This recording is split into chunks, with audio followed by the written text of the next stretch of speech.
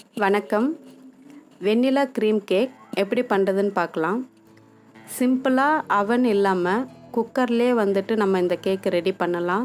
ரொம்ப சாஃப்டாக நல்லாவும் வரும். இதுக்கு வந்துட்டு தேவையான க்ரீம் கூட ஒன்று க்ரீம் பேஸ்லேயே இருக்கும், அமுல் க்ரீம். அதை வச்சு நம்ம ரெடி பண்ணிக்கலாம். இது ஃபஸ்ட்டு நம்ம மாவு ரெடி பண்ணுறதுக்கு முன்னாடி ஒரு குக்கரில் வந்துட்டு ஒரு இன்ச்சு அளவுக்கு இந்த மாதிரி உப்பு தூவி நல்லா ஒரு ப்ரீஹீட் பண்ணிக்கலாம். ஒரு 10 நிமிஷம் சூடாகணும் குக்கர். இந்த மாதிரி ஒரு சின்ன ஸ்டாண்டு வச்சுட்டு அந்த மூடியில் வந்துட்டு அந்த ரப்பர் ரிங்கை எடுத்துடலாம். அந்த கேஸ்கட்டுன்னு சொல்லுவாங்கள்ல, அதையும் அந்த லிட்டையும் எடுத்துகிட்டு ஒரு 10 நிமிஷம் ஸ்லோ குக்கில் வச்சு அது மட்டும் நல்லா சூடாகட்டும். ஒரு பவுலில் நான் வந்துட்டு 1/4 கப்பு வந்துட்டு வெண்ணெயை உருக்கி அப்படியே வச்சுருக்கேன். நெய்யாக இல்லை, ஜஸ்ட்டு சூடு பண்ணிவிட்டு ஆற வச்சு எடுத்திருக்கேன். அதில் 1/4 கப்பு வந்துட்டு பொடித்த சர்க்கரை எடுத்திருக்கேன். அதாவது 1 கப்பு மாவுக்கு 1/2 கப்பு வந்துட்டு சர்க்கரை எடுத்துக்கணும். அதை நல்லா மிக்சியில் அரைச்சிட்டு அதில் 1/4 கப்பு வந்துட்டு இப்போ நான் யூஸ் பண்ணிக்கிறேன். மீதி 1/4 கப்பு அப்புறமா யூஸ் பண்ணலாம். இப்போது 1/4 கப்பு இதில் சேர்த்து நல்லா மிக்ஸ் பண்ணிவிட்டு இந்த பட்டர் கூட 3 வந்துட்டு எக்கு எடுத்திருக்கேன். அந்த எக்கோட எல்லோ மட்டும் எடுத்திருக்கேன். அந்த மஞ்சக்கரு மட்டும் எடுத்துகிட்டு அதையும் நல்லா அடித்து வச்சுக்கோங்க.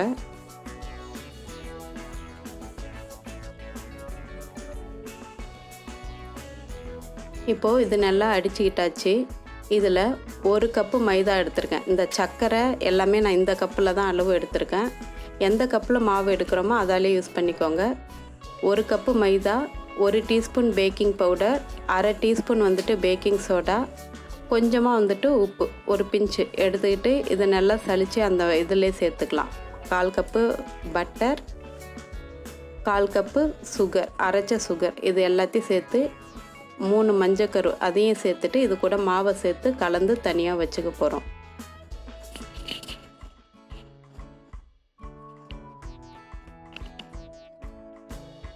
இப்போது இது நல்லா தயாராகிடுச்சு. இதை கலந்துட்டு தனியாக எடுத்து வச்சுக்கலாம்.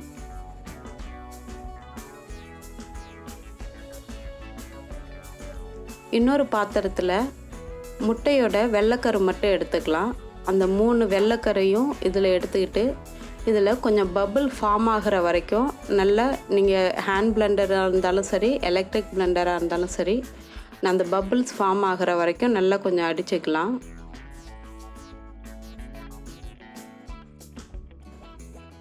இப்போது பபிள்ஸ் நல்லா ஃபார்ம் ஆகிடுச்சு. இது கூட நம்ம சர்க்கரை அரைச்சி வச்சுருக்கோம் இல்லைங்களா, மீதி 1/4 கப்பு இருக்கும் இல்லைங்களா, அதை வந்துட்டு கொஞ்சம் கொஞ்சமாக சேர்த்து இந்த மாதிரி நல்லா அடித்தோம்னா நல்லா நுரையாக நல்லா கிளம்பி வரும். இந்த மாதிரி கொஞ்சம் கொஞ்சமாக சேர்த்து அடிச்சுக்கலாம்.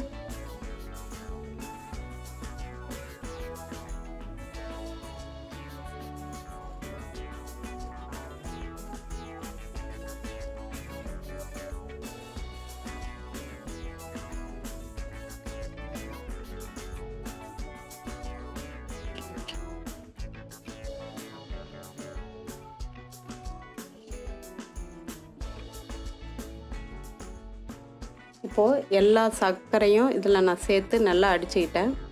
ஃப்ளேவர்ஸ்க்காக வெண்ணிலா எக்ஸ்ட்ராக்ட் எடுத்திருக்கேன். எசன்ஸாக இருந்தாலும் சரி 1 டீஸ்பூன் எடுத்துக்கோங்க. அது ஃப்ளேவர்ஸ்க்காக எடுத்திருக்கோம்.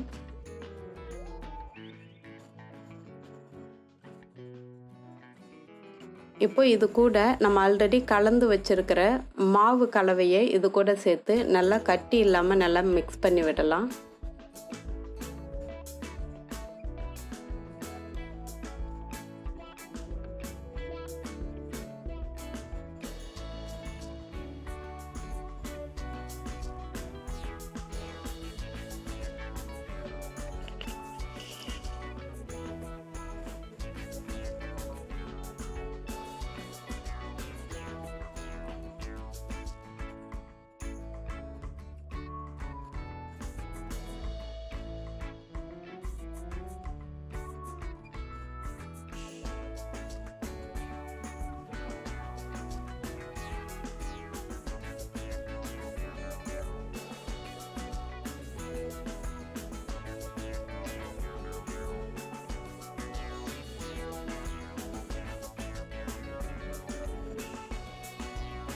அவ்வளவுதான். இது இப்போது தயாராகிடுச்சு.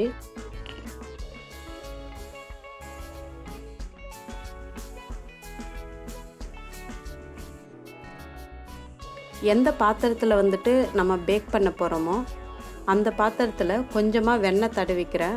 கொஞ்சம் வந்துட்டு அடியில் கருகி போகாமல் இருக்கும் கேக்கு. அதனால் நல்ல வெண்ணெயை தடவிக்கிட்டு அதில் கொஞ்சமாக மைதா மாவு போட்டு நல்லா சுற்றி நல்லா கொஞ்சம் அப்படியே பவுடர் மாதிரி அப்ளை பண்ணிவிட்டு இந்த பவுலில் வச்சுக்கிறேன்.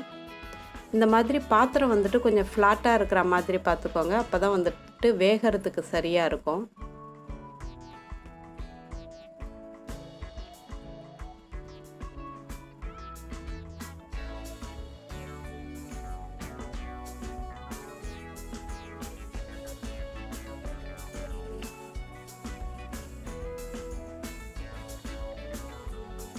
இப்போது இதை வந்துட்டு நம்ம ஆல்ரெடி ஹீட் பண்ணி வச்சுருக்கிற குக்கரில் ஒரு 30லேருந்து 40-45 நிமிஷம் வரைக்கும் வச்சு அப்படியே மூடி போட்டு வேக வைக்க போகிறோம். மற்றபடி லிட்டோ ரப்பரு போடக்கூடாது, அதில் கேஸ்கட்டோ இருக்கக்கூடாது.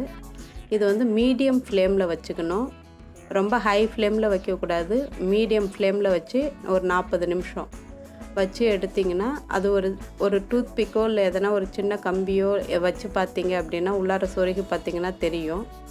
கேக்கு வந்துட்டு மாவு ஒட்டாமல் வரணும். அந்த மாதிரி இருந்துச்சுன்னா நல்லா வெந்துருச்சு அப்படின்னு அர்த்தம். மேலே லேசாக நீங்கள் அழுத்தி பார்த்தீங்கன்னா தெரியும், கொஞ்சம் ஸ்பாஞ்சு மாதிரி இருக்கா, நல்லா அமுங்கிருச்சு அப்படின்னா இன்னும் வேகலைன்னு அர்த்தம். இப்போ இது பார்த்திங்கன்னா தெரியும் உங்களுக்கு வெந்திருக்கு அப்படின்றதுனால. இப்போ அது நல்லா தனியாக ஆறட்டும், அப்போ தான் எடுக்க முடியும். நான் வந்துட்டு க்ரீம் ரெடி பண்ணுறேன். அமுல் விப்பிங் க்ரீம் இது இப்போ யூஸ் பண்ணுறேன். ஏற்கனவே ஒரு வீடியோ போட்டிருக்கேன். அதில் வந்துட்டு அமுல் கிடையாது, விப்பிங் க்ரீம் பவுடர் அதை மட்டும் வச்சு ஒரு க்ரீம் பண்ணியிருக்கேன். இதில் வந்துட்டு அமுல் விப்பிங் க்ரீம் கிடைச்சிது, அதனால் அதை வச்சு க்ரீம் ரெடி பண்ணுறேன். க்ரீமை வந்துட்டு நல்லா அடிச்சுக்கலாம். நல்லா கட்டி இல்லாமல் இந்த மாதிரி நல்லா அடிச்சுக்கிட்டு இது கூட வந்துட்டு கொஞ்சம் கொஞ்சமாக நீங்கள் பவுடர் சுகராக இருந்தாலும் சரி, இல்லை ஐசிங் சுகராக இருந்தாலும் சரி, கொஞ்சம் கொஞ்சமாக ஒரு 5 ஸ்பூன் நம்ம எந்த குவான்டிட்டி எடுக்கிறோமோ அதுக்கு தகுந்த மாதிரி, அந்த நமக்கு எந்த அளவுக்கு தித்திப்பு வேணுமோ அதுக்கு தகுந்த மாதிரி கொஞ்சம் கொஞ்சமாக சேர்த்து நல்லா அடித்தோம்னா நமக்கு நல்லா அந்த க்ரீம் கன்சிஸ்டன்சிக்கு நல்லா வந்துடும், கிடைக்கும். ஃப்ளேவர்ஸ்க்காக கொஞ்சமாக வெண்ணிலா எசன்ஸ் சேர்க்குறேன்.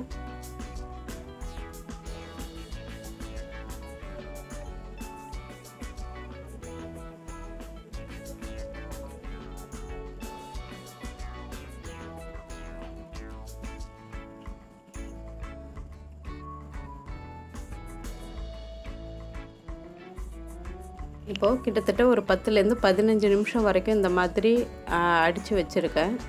அப்போ தான் வந்துட்டு க்ரீம் வந்துட்டு ரெடி ஆகுது. நீங்கள் ஹேண்ட் பிளெண்டரால் பண்ணும்போது அடியில் வந்துட்டு ஒரு ஐஸ் ட்ரே மாதிரி வச்சு அது மேலே பவுலில் வச்சு இது பண்ணுறீங்க அப்படின்னா ஒரு 20லேருந்து 30 நிமிஷத்துக்குள்ளே அந்த க்ரீம் வந்துட்டு ரெடி ஆகிடும். இப்போது கேக்கு நல்லா ஆறி ரெடி ஆகிடுச்சு.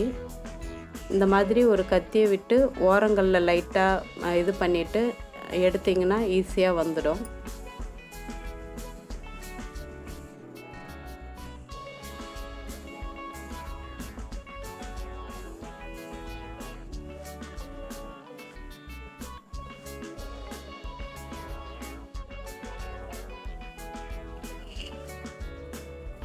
இப்போது நமக்கு விருப்பப்பட்ட மாதிரி ஒன்று கட் பண்ணிவிட்டு மேலேயே க்ரீம் அப்ளை பண்ணிக்கலாம். லேயராக வேணும் அப்படின்னா ஒரு 2-3 லேயராக கத்தி வந்துட்டு கொஞ்சம் நீளமாக கொஞ்சம் ஷார்ப்பாக இருக்கிற மாதிரி இருந்தால் ஈஸியாக வெட்டுறதுக்கு வசதியாக இருக்கும்.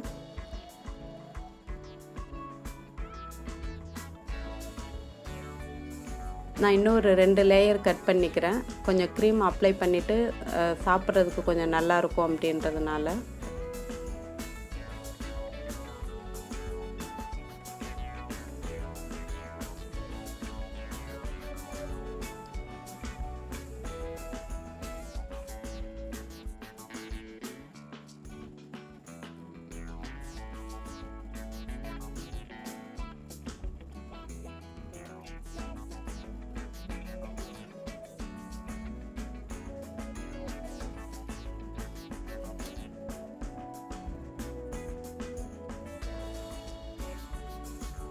நம்ம இது வந்துட்டு ஒரு கொஞ்சமாக ஒரு 2-3 ஸ்பூன் சுடு தண்ணியில் நல்லா ஹாட் வாட்டரில் ஒரு 2 ஸ்பூன் சுகர் சேர்த்து கரைச்சி வச்சுருக்கேன்.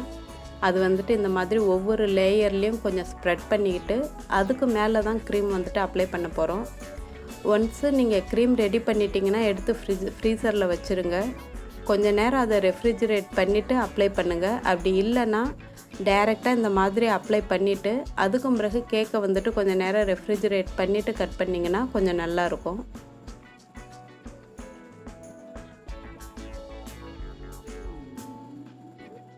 நான் இப்போ டைரெக்டாக அப்ளை பண்ணிவிட்டு அதுக்கும் பிறகு ஒரு 5 நிமிஷம் 10 நிமிஷம் ரெஃப்ரிஜிரேட் பண்ணிவிட்டு அதுக்கும் பிறகு கட் பண்ணலான்னு பண்ணிகிட்ருக்கேன்.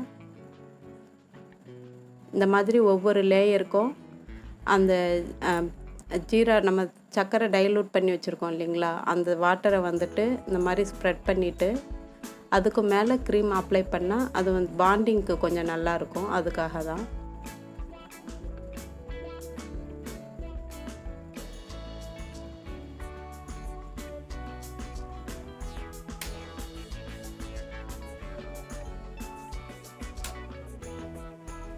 இந்த மாதிரி எல்லா லேயரும் வச்சுட்டு அப்ளை பண்ணிவிட்டு கேக்கு ஃபுல்லாகவும் க்ரீம் இருந்ததுன்னா கவர் பண்ணிவிடுங்க.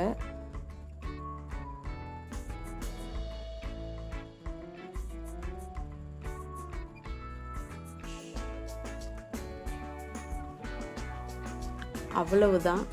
சிம்பிளாக நம்ம வீட்டிலே செஞ்சு குழந்தைங்களுக்கு தாராளமாக கொடுக்கலாம். கடையில் வாங்கி கொடுக்கறத விட நமக்கு தெரிஞ்ச மாதிரி இந்த மாதிரி சிம்பிளாக செஞ்சுக்கலாம். பயம் இல்லாமலும் இருக்கலாம் நம்ம கொஞ்சம் சாப்பிட்றதுக்கு. இதில் நமக்கு விருப்பப்பட்ட மாதிரி நம்ம டெக்கரேட் பண்ணிக்கலாம். என்ன ஃப்ரூட்ஸ் வேணாலும் மேலே வச்சு இல்லை சாக்லேட்ஸ் வச்சும் நம்ம டெக்கரேட் பண்ணிக்கலாம். நான் சிம்பிளாக இந்த செர்ரி வச்சு நான் டெக்கரேட் பண்ணுறேன். இந்த கேக்கை உங்கள் வீட்லேயும் ட்ரை பண்ணி பாருங்கள். உங்களுக்கு பிடிச்சிருந்ததுன்னா உங்கள் ஃப்ரெண்ட்ஸோடையும் ஷேர் பண்ணுங்கள். மறக்காமல் இந்த சேனலை சப்ஸ்கிரைப் பண்ணுங்கள். நன்றி.